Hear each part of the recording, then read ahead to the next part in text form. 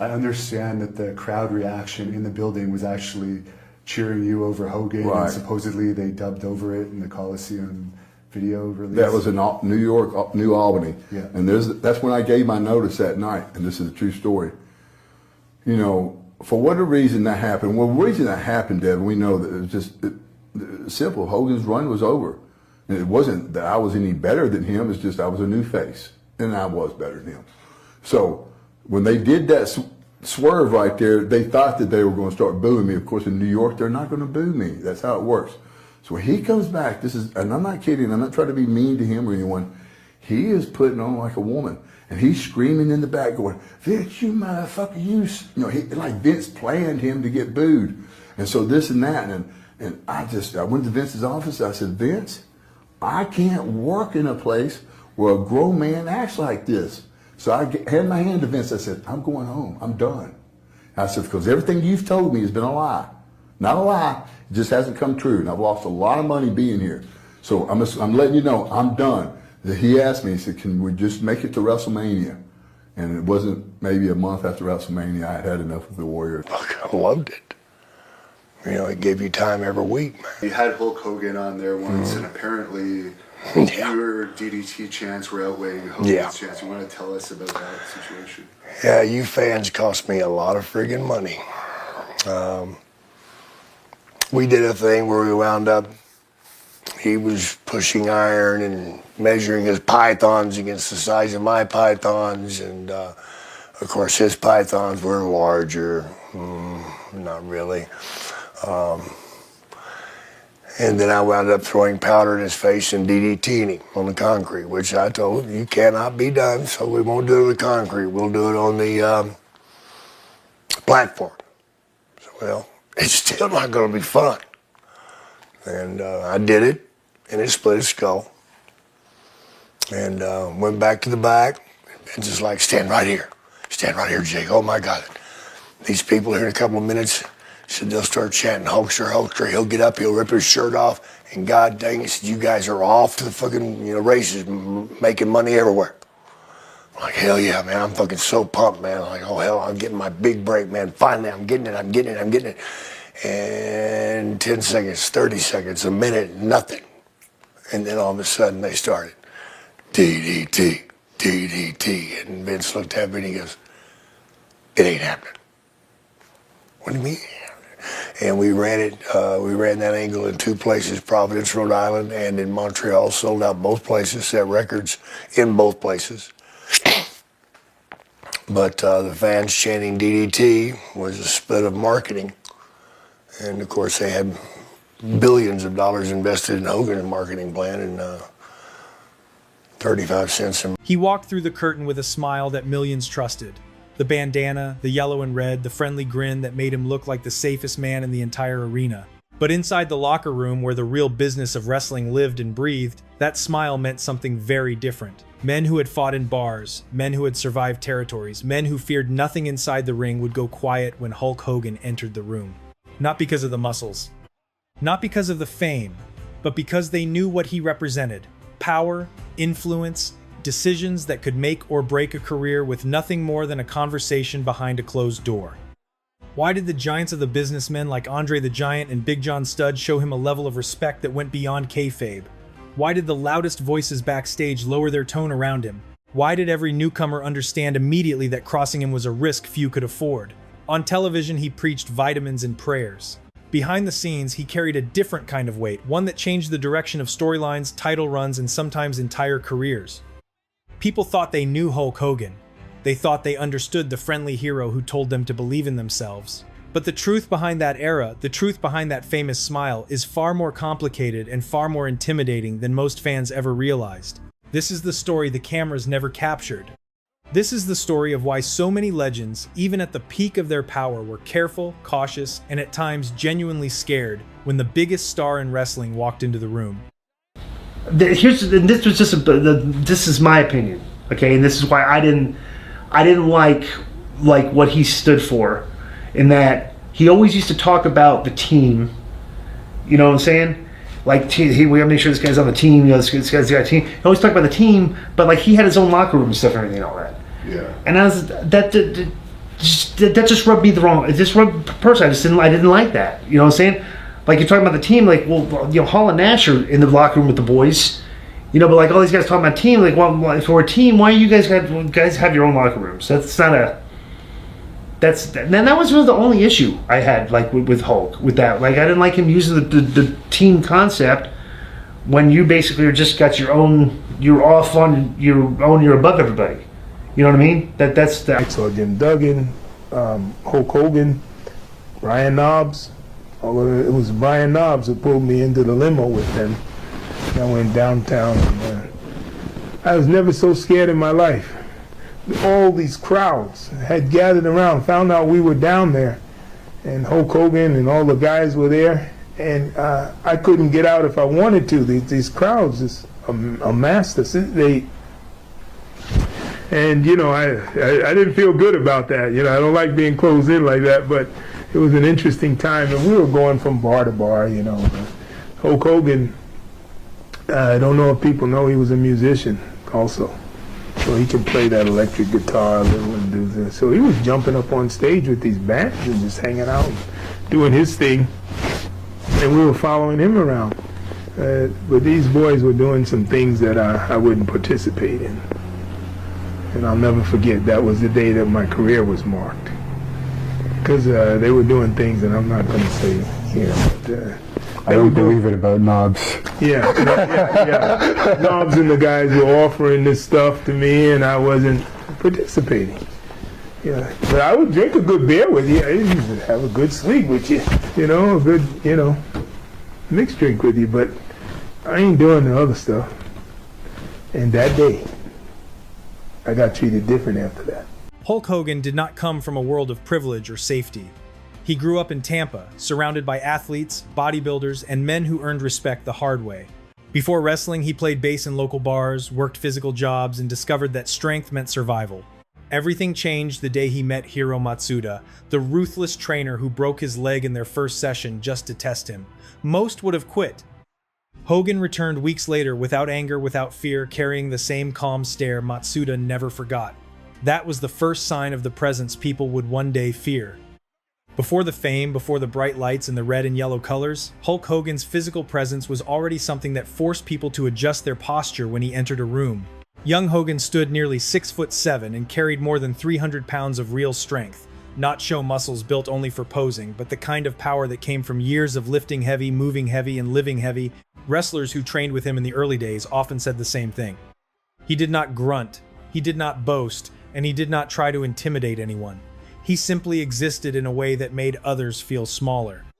What made Hogan truly unsettling was not his size. Wrestling was full of giants.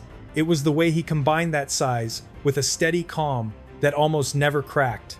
Jim Ross once said that Hogan had a physical steadiness that you could feel from across the room. Others described him as heavy in presence, someone whose footsteps carried confidence long before his voice was heard. Even veterans who had wrestled men far larger admitted that locking up with Hogan felt different. He absorbed force without flinching and delivered it with a patience that came from knowing he never needed to prove anything. In a business built on bravado, Hogan's quiet physical certainty was more intimidating than any scream or threat. People did not fear what he might do, they feared what he didn't need to do. With Georgia Championship Wrestling. And Tommy Wildfire Rich went to Ole Anderson, who was the booker, and said, you should work a program with Hogan because he's about one of the few heels that Tony could work with. Back in the old days, the heel was always bigger than the baby face in the older days. They didn't have little heels. Yeah. And they wanted me to work an angle with Hogan because he had the big muscles, he was big and everything. And Ole Anderson refused to build Hogan up.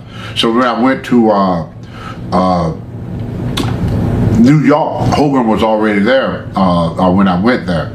So me and Hogan, we used to wrestle. Man, tell you a funny story though. I was in what was it, Spectrum or the Capitol Center, and I'm sitting there. Vince Sr. come in. Hogan is probably about 5 or 10 feet from me. He said, Tony, what do you want to do with the big dummy? Press slam him? I go, yeah, I press slam him. He said, press slam him. He walked out the door. That's why they treated Hogan. That was Vince Sr. That's why when Hogan came back, he told Vince Jr., when I come back, I want to get the belt the first night. Because they promised him they're going to give him the belt. He said, well, I want it the first night. And if I don't win it the first night, I'm getting on a plane, I'm going back to Minneapolis. He came into Madison Square Garden, he won the belt the first night, and the territory exploded. So he never went back to Minneapolis. The first man who understood what Hulk Hogan truly was did not come from television or a boardroom. He came from the brutal, unforgiving world of old-school wrestling training. When Hogan first walked into Hiro Matsuda's gym, he was just another big man with dreams. Matsuda had seen hundreds of them. Most lasted a day, some lasted an hour. Hogan lasted long enough for Matsuda to test him the way only the old generation believed in. The legendary story says Matsuda broke Hogan's leg during training, not out of cruelty, but to see whether the giant standing before him had anything beyond size. A broken leg usually meant the end. Yet a few weeks later, Hogan returned to the gym, without anger, without excuses, carrying the same calm expression that had bothered Matsuda the first day he met him. That moment changed everything.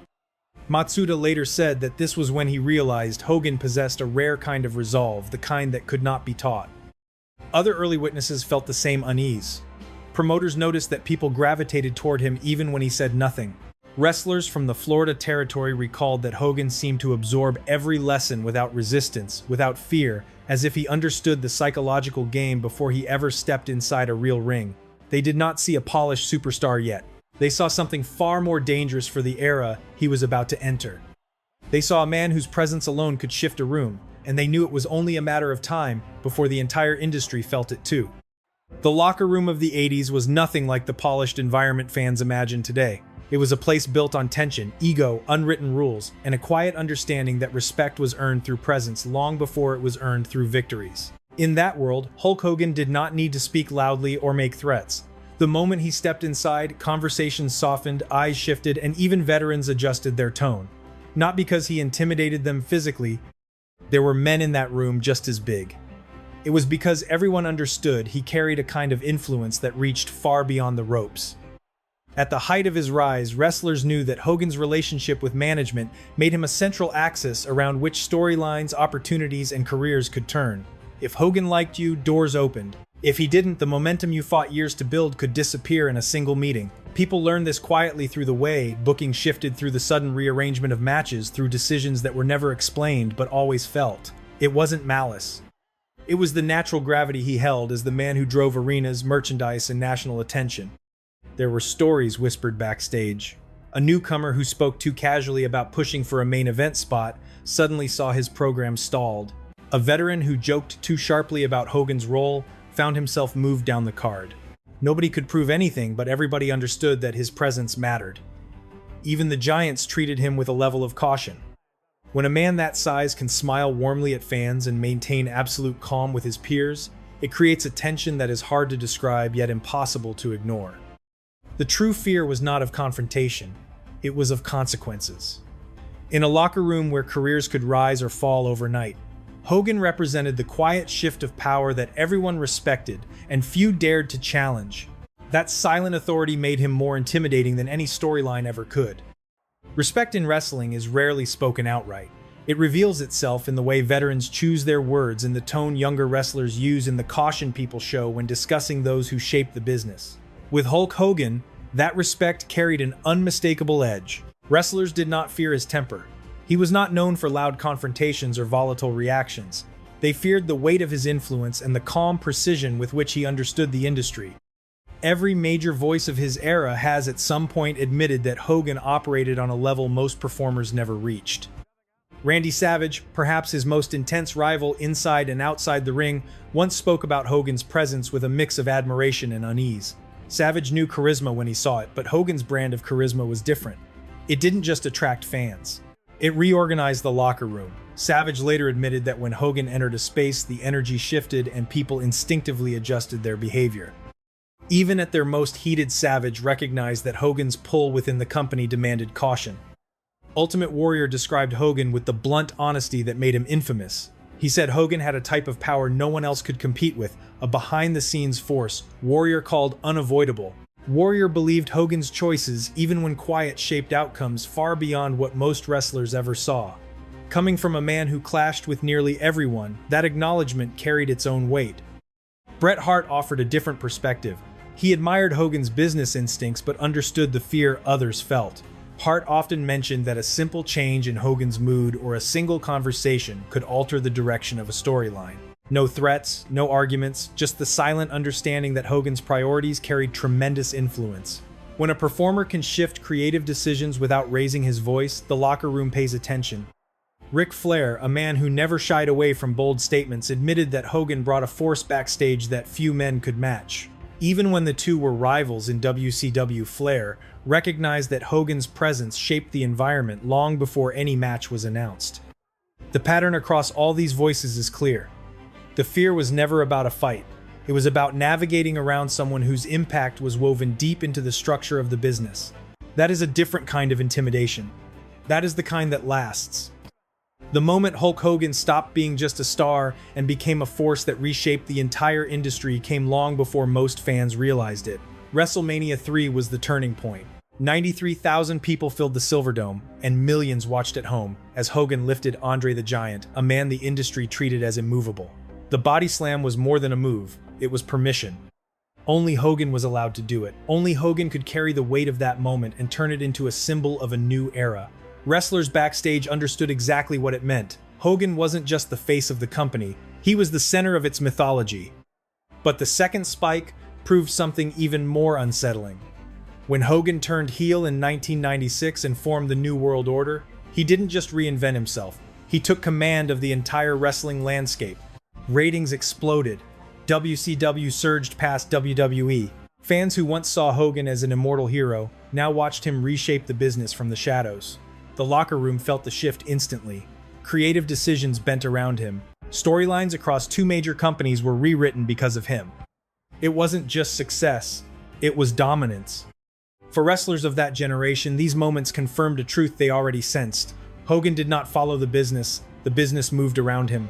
That level of control achieved without shouting threats or force is the very thing that made him terrifying. When one man becomes the axis on which a multi-billion-dollar industry turns, everyone else must move carefully. Hulk Hogan's legacy is often measured by championships, arenas sold out, and iconic moments replayed for generations. But inside the industry, the men who lived through his era remember something different. They remember the weight of his presence, the way he could change the direction of a show simply by walking into a room. They remember that he never needed to raise his voice to make his intentions known. They remember that entire locker rooms adjusted their tone, their ambitions, and sometimes their alliances when Hogan became part of the conversation. That kind of influence is rare. That kind of influence is intimidating. His impact stretched far beyond victories. Hogan shaped the very structure of wrestling's golden age. He defined what a main event star was supposed to look like, how a storyline could revolve around one figure, and how corporate decisions could shift when one man's aura became bigger than the brand itself. Even decades later, wrestlers still talk about the silent power he carried, the way he blended charm with strategy, friendliness with authority. Fans saw the hero, the industry saw the force, and long after the bright lights fade and the crowds move on, that is the part they continue to respect. Not out of fear of a fight, but fear of the consequences that followed underestimating him. In wrestling, some men leave moments. Hulk Hogan left a shadow,